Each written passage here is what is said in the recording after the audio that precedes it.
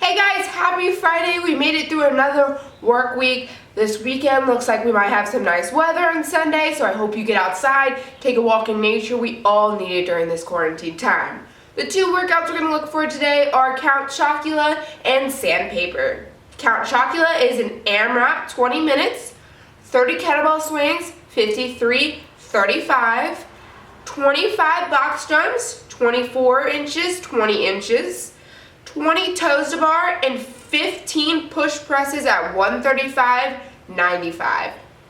So, some movement substitutions for the kettlebell swings. If you have a heavier kettlebell than normal, so for a lady, if you have a 40-pound kettlebell, 45, 53 pound kettlebell, or anything that's above what you normally do if you're American kettlebell swings, which are all the way up, then you can go ahead and modify your Russian kettlebell swings. I'm looking for that kettlebell to hit eye level, and you'd hinge those hips hard and squeeze that glute, drive those hips forward, and that, again, that kettlebell should reach about your eye level. For American kettlebell swings, same concept, hinging at the hips, snapping those hips, squeezing those glutes, but I want it to go all the way overhead. So your shoulders, your wrists should all, and the kettlebell should all be in line with your body, with your head, the middle of your head. I want them all in line, you to come all the way up. Be careful, make sure you're not overextending, keep that core tight, lock those ribs down, bring that belly button into your ribs. So, for the box jumps, unlike the lateral barbell burpees where we jump over the barbell, we don't have to hit full hip extension. When we jump on the box this time, we have to stand all the way up before we come down. So we're going to jump on the box, stand all the way up, and come down. If you do not have a box, and like me, you only have like a painter's bucket, then you can do a box step-ups. Make sure that you do feel stable and you're not going on to something that you can get hurt on. You can also, if you're allowed to, do couch step-ups. That's always an idea, depending on if you're allowed to step on your couch. For the toes to bar, if you don't have a rig or a bar at home, you can do V-ups, which really what you're going to do is try to fold into a V and touch your toes. Or your ankles. I can only touch my ankles, but if you're more flexible, you may be able to touch your toes. If you V-ups are too hard, you can do toes to kettlebell. So if you have a heavier kettlebell swing, if you have a heavier kettlebell, you can use that kettlebell and touch your toes to the kettlebell. So it's kind of like if you're on a bar at the gym, but you're just holding on to your kettlebell and touching those toes to the kettlebell.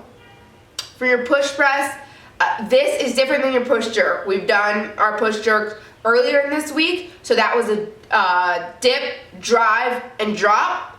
Today, we're doing a push press. So we're looking for a dip and a drive. We're just gonna lock those glutes out. We're gonna squeeze our glutes and lock our knees out quickly and really drive through your legs.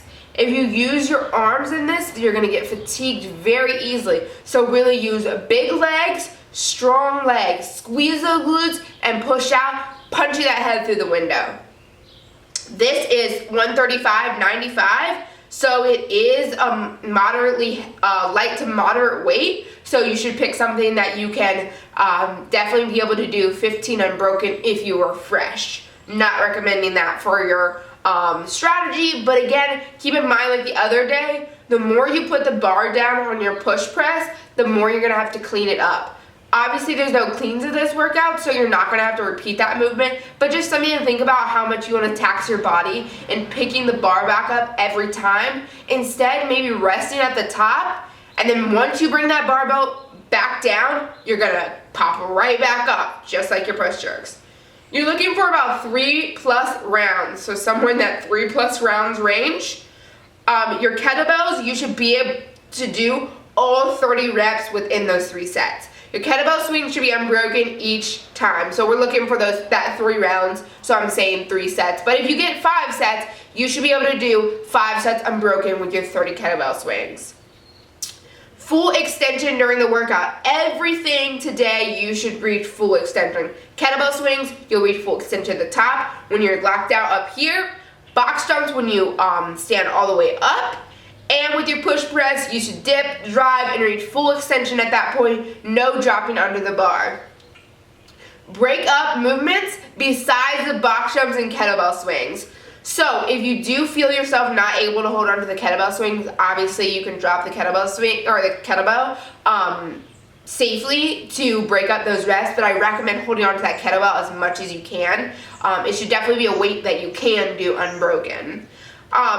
Your box jumps would be something kind of like burpees that you kind of just move through. Continuously do them. Take a break at the top. Everything is a break at the top. So when you jump onto the box, take a break then. Once you hit the floor, you should pop back up and jump again. For your push presses, again, be wise with how much you break them up. I recommend breaking them up, but not a ton because you're going to have to do a lot of cleans if you put it down. Your toes to bar, if you're actually doing them on a bar, definitely break those up, especially if toes to bar is something that's hard for you to link, maybe 5, 5, and 5, or fast singles. For your toes to kettlebell, that might be a little bit easier, so you might be able to hold on to something like that. Think about how you will feel in the 15th minute. This is the quote of the day. And choose the variation. Use that at the beginning. So, think about how you're going to feel. It's a 20-minute AMRAP. So, 15 minutes in.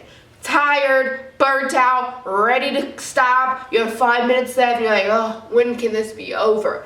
Think about that feeling in the beginning of your workout. Think about the pace you're going to go in your 15th minute and stick to that in the beginning. So, think of your 15th minute pace and keep that same pace through the whole workout, so when you get to the 15th minute, maybe you'll have a little bit in the tank, and now we can, get a couple extra rounds, more than 3.